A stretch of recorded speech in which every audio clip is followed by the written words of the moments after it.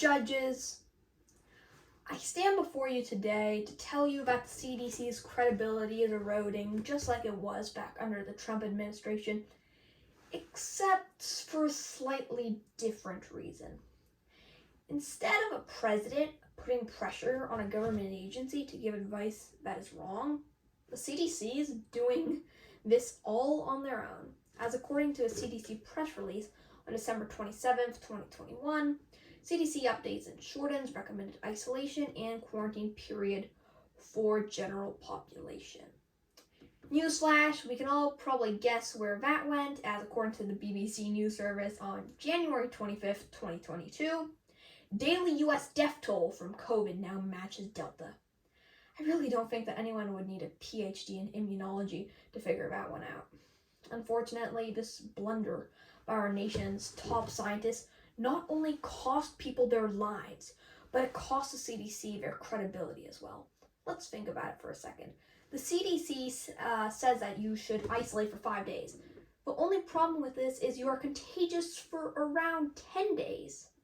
Now, the CDC does say to only go back to work after 5 days if you don't have any symptoms, but most likely there are a few different scenarios that can occur.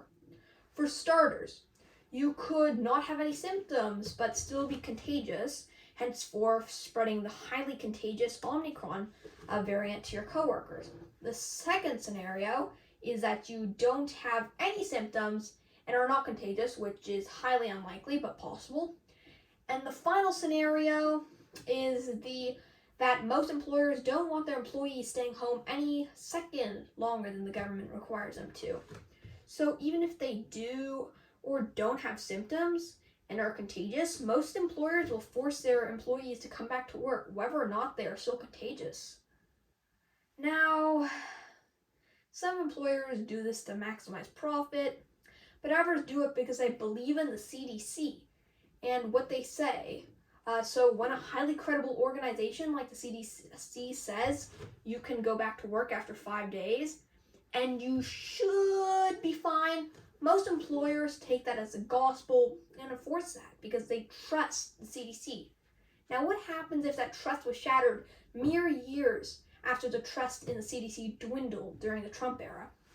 It creates a lack of trust in the CDC, which Republicans can end up exploiting, making voters turn against all government organizations, really, not just the CDC, and say, look, all this happened while the Democrats were in charge. So vote for us and we'll make our institutions in America great again. Now let's talk about vaccines. The CDC and the Biden administration have tried to get most Americans vaccinated, but a few holdouts say, well, we're federal employees and even the Supreme Court can see that vaccines kill you. Wrong. The Supreme Court is a political institution, and the decision they make is a pure legal decision based on their conservative view of the Constitution, since they are judges, not scientists. This is a perfect example of when a political institution tries to undermine the credibility of a government agency as compared to that agency undermining itself. This creates a precedent, really, with the government where they get a political institution to undermine another government agency if they don't like what the agency is saying, which doesn't undermine credibility in the CDC's scientific capabilities, but in the CDC itself, in that it cannot essentially prove itself to Americans who listen to Trump rallies like the gospel and other heavily right-wing conservatives, which shows the public that the CDC does not possess the power or know-how to convince these conservatives to get vaccinated. This whole panic about the new guidelines are giving conservatives even more ammunition to attack the CDC and the Democratic Party. This lack of credibility makes it slightly more believable to a liberal if they hear that the CDC made a mistake on the guidelines, because almost certainly everyone knows that.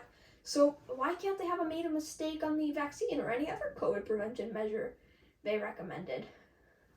These kinds of seeds of doubt sown properly in people's minds could make them lose trust and faith, two key components in government, really, and not just the CDC, but all other government institutions as well.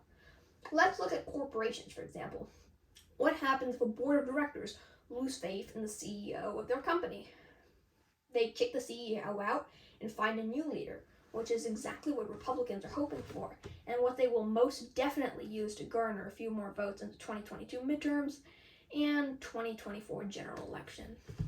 Peloton is the perfect example or analogy for the US government.